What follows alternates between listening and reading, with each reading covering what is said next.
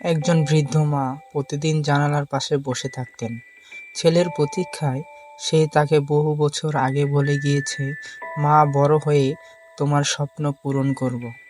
কিন্তু সময় কেটে যায়, ছেলে আর ফিরে আসেন। মা প্রতিদিন হাতের মোবাইলটা নিয়ে অপেক্ষা করেন, হয়তো আজ ফোন করবে। প্রতিদিন সূর্য অস্ত যায়, কিন্তু ছেলের খোঁজ আসে না। একদিন এক প্রতিবেশী এসে বলল, আপনার ছেলে খুব ব্যস্ত, সে আপনাকে অনেক ভালোবাসে। মা মুচকি হাসেন, চোখের জল লুকিয়ে বলেন, ভালোবাসা শুধু কথায় নয়, সময় দেওয়াতে বোঝা হয়।